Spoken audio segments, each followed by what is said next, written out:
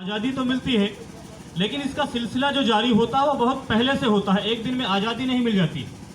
काफ़ी आंदोलन चलते रहे, काफ़ी चीज़ें, संगठन का निर्माण किया गया। उसी संगठन में देखा जाए तो 1885 में एक संगठन का निर्माण किया जाता है जिसे कांग्रेस के नाम से जाना जाता है।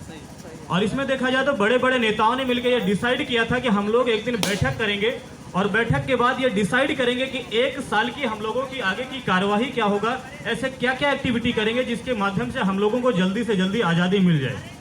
और इसी का परिणाम था कि प्रत्येक वर्ष लगभग दिसंबर के महीने में इन लोगों की बैठक होती थी और ये निर्णय लेते कि हम लोगों को आगे से यानी जनवरी महीने से लेकर दिसंबर तक क्या क्या करना है, क्या क्या नहीं करना है।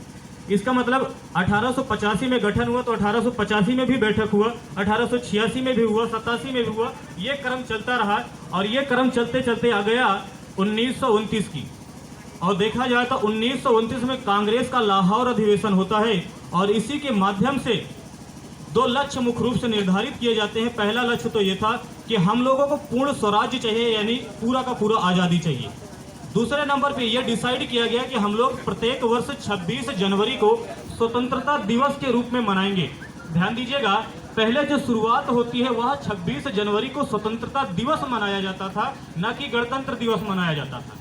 तो सबसे पहले जो स्वतंत्रता दिवस मनाया गया था औपचारिक रूप से, वह 26 जनवरी 1930 को मनाया गया था। और 1930 के बाद 1931-32 पूरा का पूरा ये आज़ादी का पर्व मनाया जाने लगा। लेकिन हम लोग जानते हैं कि हमें आज़ादी जो मिलती है वह 15 अगस्त 1947 को मिलती है। और जब 15 अगस्त 1947 को मिलती है, इसका मतलब अब स्वतंत्रता दिवस तो 26 जनवरी को मनाया नहीं जा सकता। तो 1947 के बाद जो स्वतंत्रता दिवस मनाया जाने लगता है वह 15 अगस्त को मनाया जाने लगता है।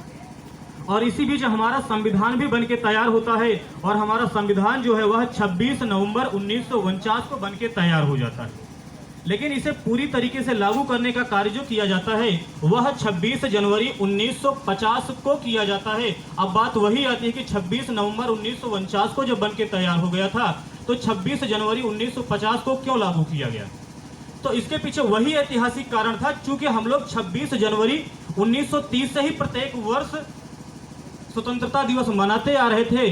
उस तारीख की गरिमा को बरकरार रखें, उस चीज को भी हम लोग याद रख सकें। इसी बात को ध्यान में रखते हुए, चूंकि हम लोगों को आज़ादी 15 अगस्त 1947 को मिली, तो हम लोग 26 जनवरी को स्वतंत्रता दिवस तो नहीं मना सकते थे, लेकिन हमारे संविधान को 26 जनवरी 1950 को लागू किया गया, जिससे प्रत्येक वर्ष 26 जनवरी को हम लोग याद भी कर सके, साथ ही साथ गणतंत्र दिवस के रूप में मना भी सकें।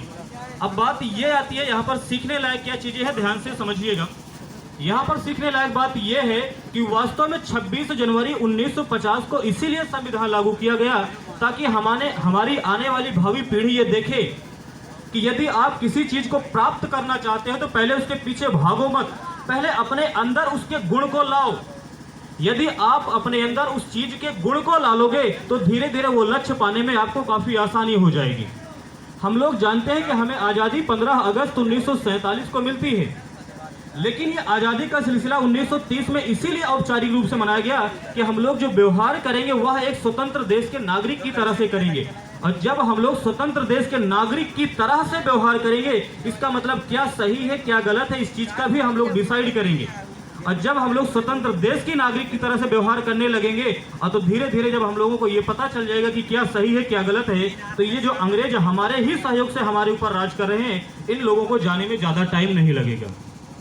इसी बात को ध्यान में देखा जाए तो 26 जनवरी 1950 को हमारे संविधान को लागू किया गया। तो ध्यान दीजिएगा, यदि आप अपने लाइफ में कुछ भी करना चाहते हो तो वो लक्ष्य मिलेगा तो, लेकिन कोशिश करो उसके लिए किन किन चीजों की जरूरत पड़ती है वो गुण अपने अंदर लाओ।